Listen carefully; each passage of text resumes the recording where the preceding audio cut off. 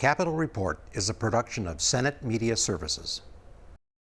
The state's next two-year budget is taking shape, and this week the Senate Finance Chair and the House Majority Leader described their budget priorities. And rape victims offer compelling testimony to a key Senate committee on the need for reform. Stay tuned for this and more on this week's Capitol Report.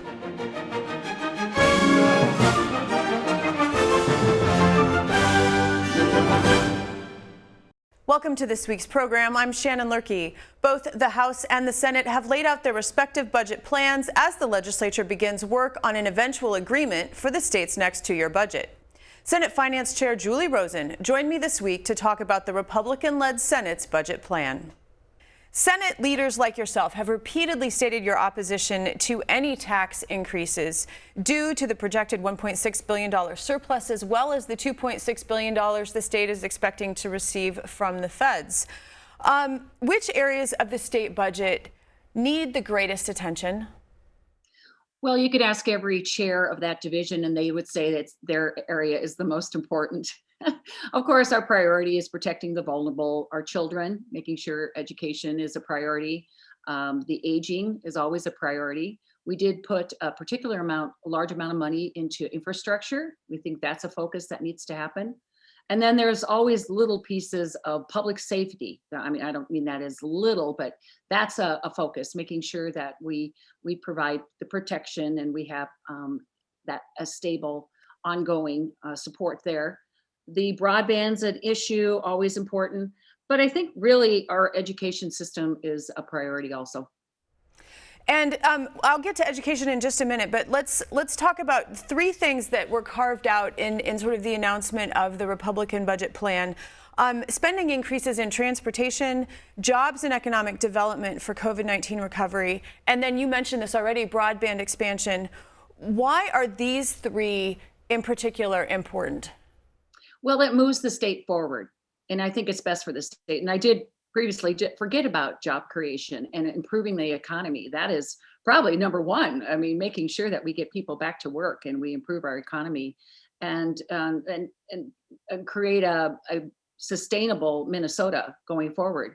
So, and that does not include any tax increases, sustainable Minnesota. I think that would be extremely detrimental to the momentum that we have going forward. So we did focus on infrastructure. That's important. There's been a deficit in that area. Let's get that going. That everybody can agree on that. And of course, then the children are always a priority.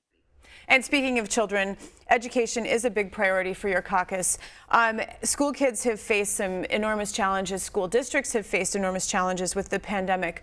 What are some of the specific goals and how will they be funded? Because critics are saying that the Republican plan isn't putting enough money into the budget for education, though I believe you are funding it at the level of the February forecast. But the House plan is calling for a lot more. So can you talk a little bit about, why the number that you've settled on in terms of funding education? Well, we did have to fit within our targets, within our budget. And I think that's appropriate. We have been giving a per pupil increase ongoing every budget year. And there is a lot of moving parts, especially from the dollars coming from the federal government. So we wanted to make sure that we maintain that maintenance of effort going forward. And it is a starting point dealing with the House, but we have to deal with getting our kids back in school, number one, and making sure that they are adequately taught and have the resources. Summer school is important, but there's so many little problems in that area that we need to address. And I just don't think throwing money and not making sure that we know exactly where it goes is a very good idea either. So we wanted to make sure we support it, but it is an ongoing discussion. The Senate has already passed legislation that would prevent Paycheck Protection Program forgivable loans and the federal unemployment stipends received by Minnesotans who were unemployed from being taxed at the state level. It appears that the governor and the House agree with that, but only to a point. They want to cap the tax benefit on that relief money. Is there room for a compromise there? Well, there's certainly always a room for a compromise. Again, though, I think they are penalizing the large employers who probably didn't even take the PPP. So, that is a discussion going forward. I'm very disappointed, though, that they haven't done it so far that they haven't passed this. It's important to get this out and done. We need to start getting some of these large issues negotiated and out the door. The Senate has also proposed a 5% reduction in state agency budgets. Why are reductions a good idea? Well, I think they're a good idea because it forces the agency to really take a look at their budget, like everybody else has taken a look at their budget this last year with COVID and the way people are doing business. And do we really need to have that extra building? Can you relook at your lease? Can you look at how people are going to be coming back to work, or are they going to stay working from home? What does that mean? I know there's some cost savings there. And that 5% reduction is just on operating expenses and administration. So it's not across the board through the whole agency. It really does force that agency to really take a look at their expenses. As chair of the Finance Committee, presumably you had a role in setting the budget targets for the budget planning. And all of these bills are going to come before your committee. That's their final stop before they go to the Senate floor. How did you and other leadership decide on the targets, knowing that we're still dealing with the pandemic and it could still take time before the state returns to a state of so-called normalcy? Now, Shannon, that's the problem. This has been very, very much like any other budget year that I've been through because of that looming federal funds that has been out there. And then you set the target, the federal funds land. It's gotten very complicated as far as how much money to put in an area, not knowing what the guidelines are, which should be coming from the federal government, maybe the end of April. So we've already hit all of our deadlines. We've already got these budget bills coming to Finance Committee as of tonight, actually. And then also you have this extra layer of massive federal funding. $2.577 billion is still up, can be negotiated by the state. So the priorities, again, have been very simple. We are not raising taxes. We want to create a healthy job economy for the state of Minnesota. We want to protect our kids. We want to invest in infrastructure. And what does that mean? Infrastructure to me is broadband, is transportation, roads and bridges, and protect our state assets too, ongoing. You've been consistently concerned that the legislature is being left out of the decision-making process when it comes to these federal stimulus payments. Will you continue to push for legislative oversight? Oh, yes, we will continue. That's very much a priority. And I would be hard pressed to find a legislator out there that doesn't want to have a say in how those funds are spent. And the Senate will be rolling out their own package of what that $2.577 billion should be focused on, what the priorities are. And I think it's a very good, reasonable, very, very good package. I'd just like to be included in those discussions. The Senate does feel like it's a one-man show, and it's unfortunate because we represent the entire state too. Well, and how challenging is it then to have this enormous one-time money fund as opposed to trying to craft an ongoing two-year budget? Is it hard to separate those two things in terms of ongoing spending and then this one-time spending? Oh, absolutely. And what makes it even more difficult is that you don't want that one-time money to create more confusion on ongoing funding in the future, like create a new program that's going to need a new general fund money to keep it going. That's absolutely not what we want. We don't want to keep growing government. Our budget is pretty plump as it is. And so we have to make sure that we utilize those federal funds to the best of the ability to fill in the gaps, but not make it ongoing commitment. Senate Finance Chair Julie Rosen, thank you for your time today. Thank you so much, Shannon, for this opportunity too. I really appreciate it. Thank you.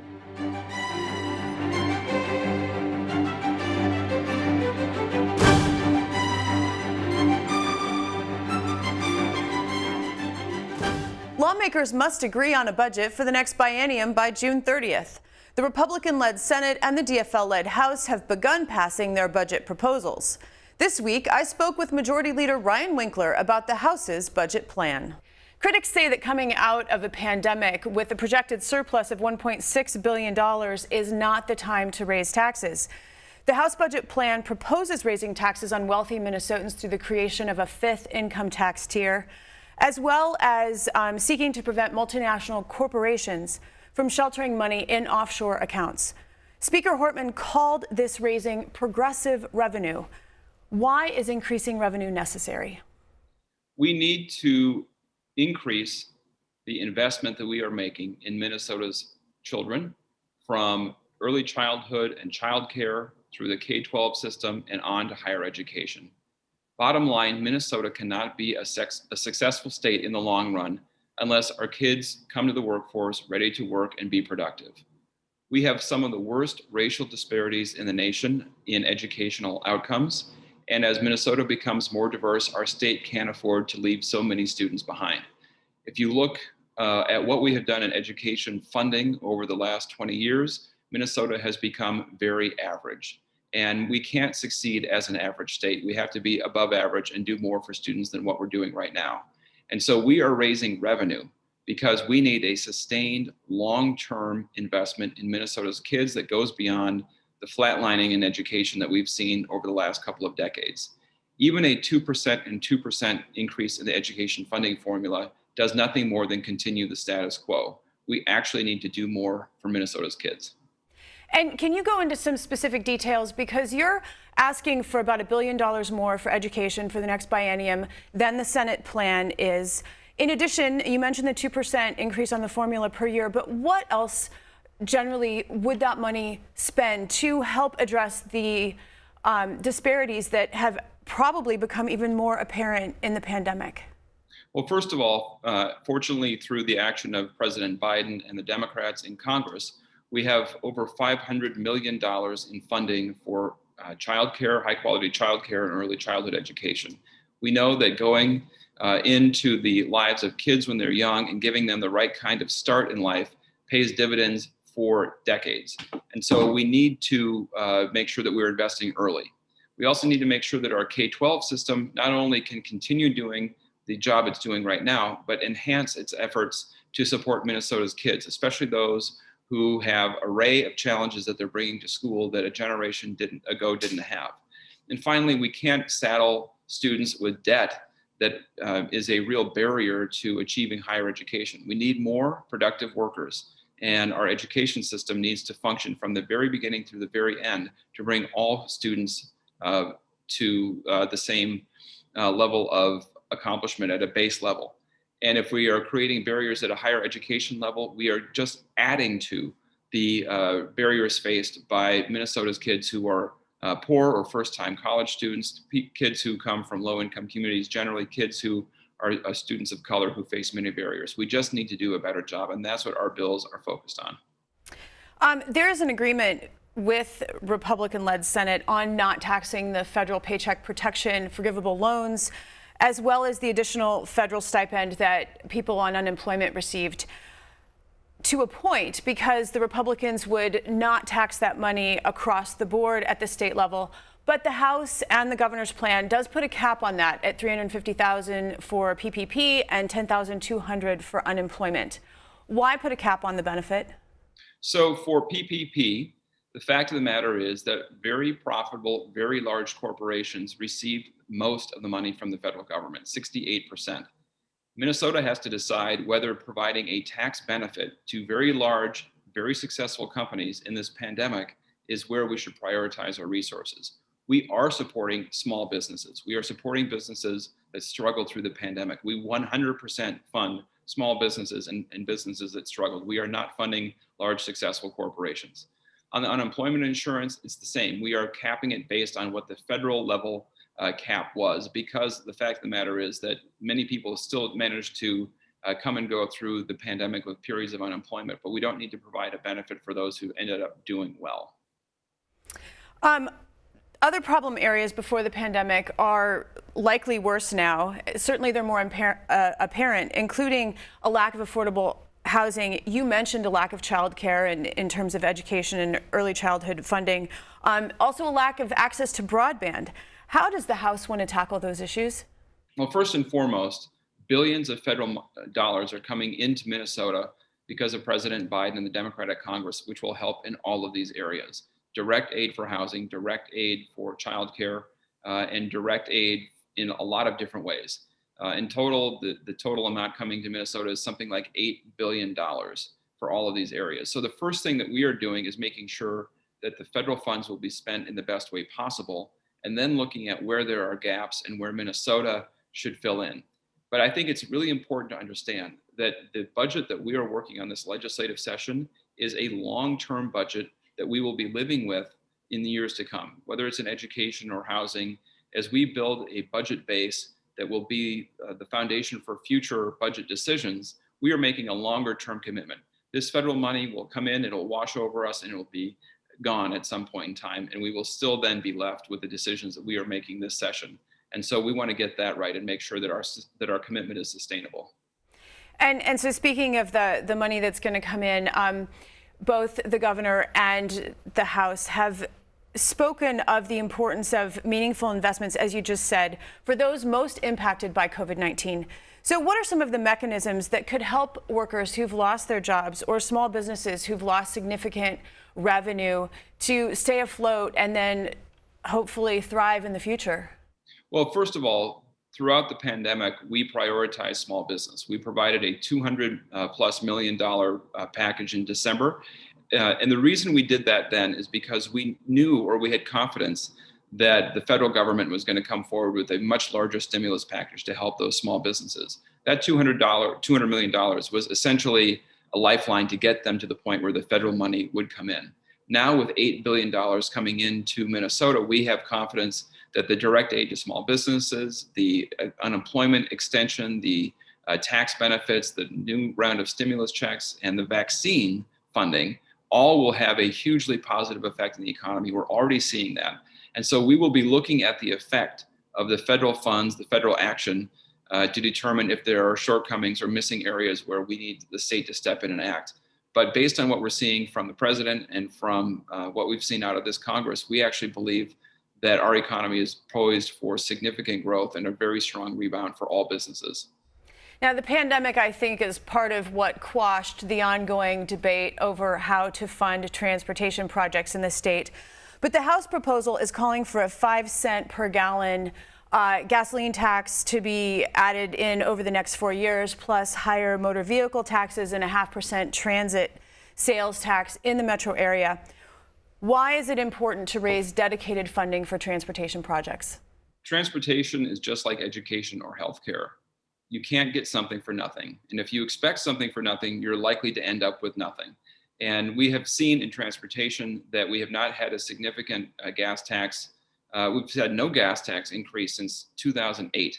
That is the primary way that we fund roads and bridges in Minnesota. And so without some small increase in the gas tax, we are going to continue to see our roads, our bridges, our highways deteriorate. That's not good for the economy. That's not good for Minnesota's families. It's not good for communities anywhere in the state. So if you expect it to just magically repair itself instead of paying to have it repaired, I guess that, opposition to a gas tax makes sense. But I'm not aware that we have a technology that allows roads and bridges and highways to fix themselves. We actually have to pay to do it. Majority Leader Ryan Winkler, it's always a pleasure. Thank you for your time today. Thank you.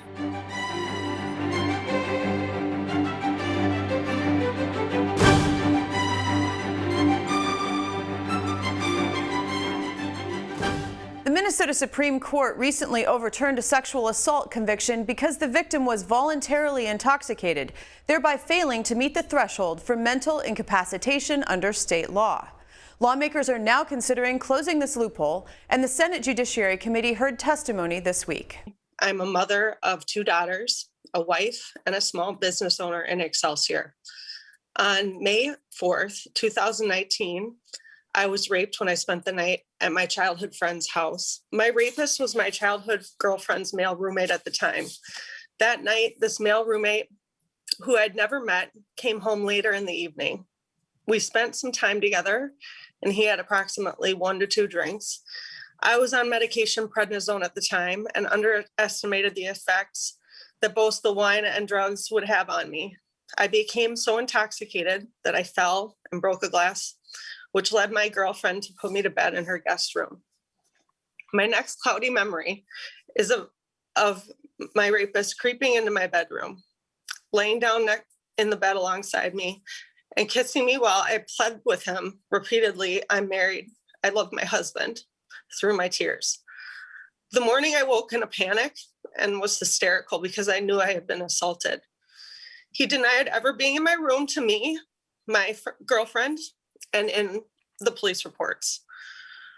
Roughly 6 months later, during a meeting with the district attorney assigned to my case, I found out that even though my rapist DNA was found inside of me from the scene examination, they would be unable to criminally prosecute because I did not qualify as physically helpless, because I was not completely unconscious the entire assault.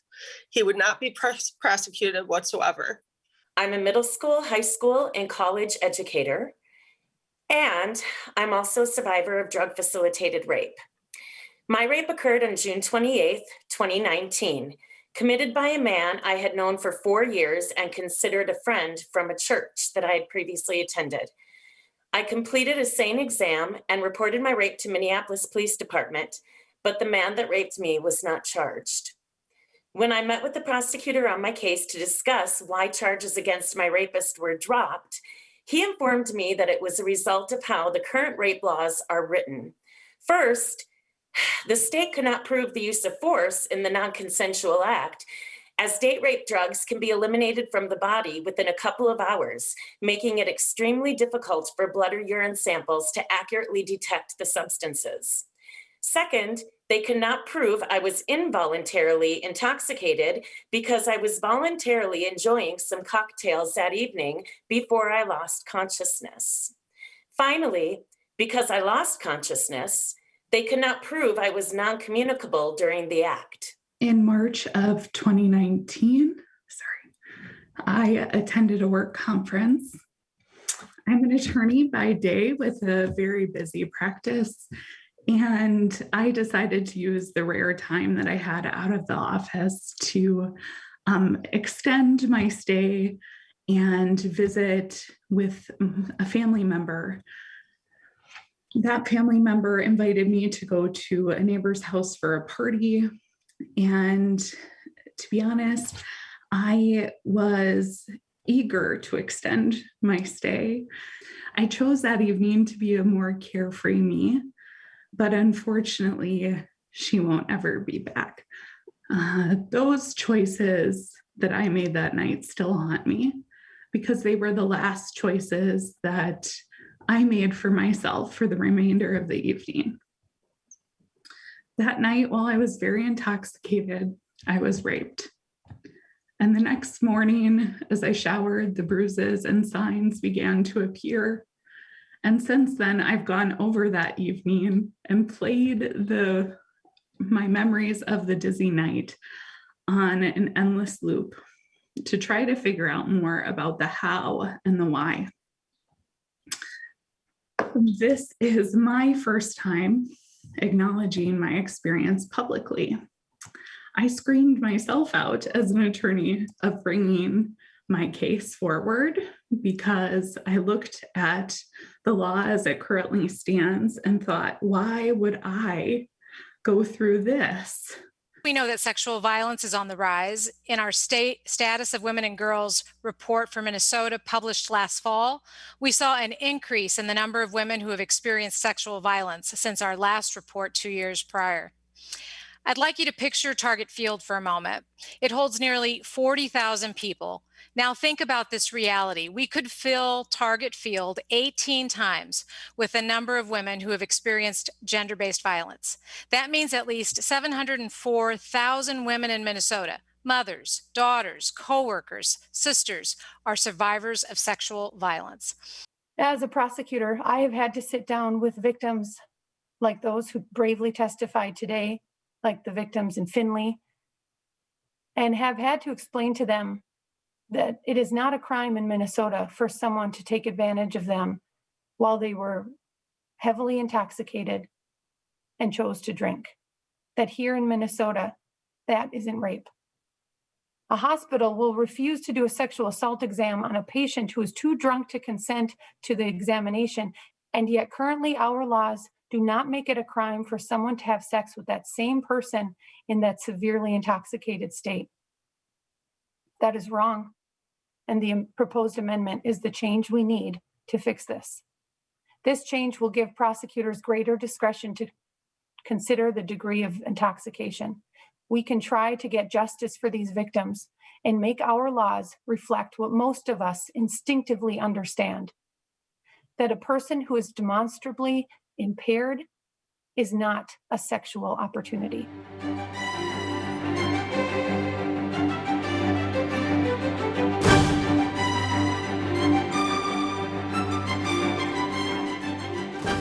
We leave you this week with some of the latest photos by our Senate photographers AJ Olmscheid and Catherine J. Davis.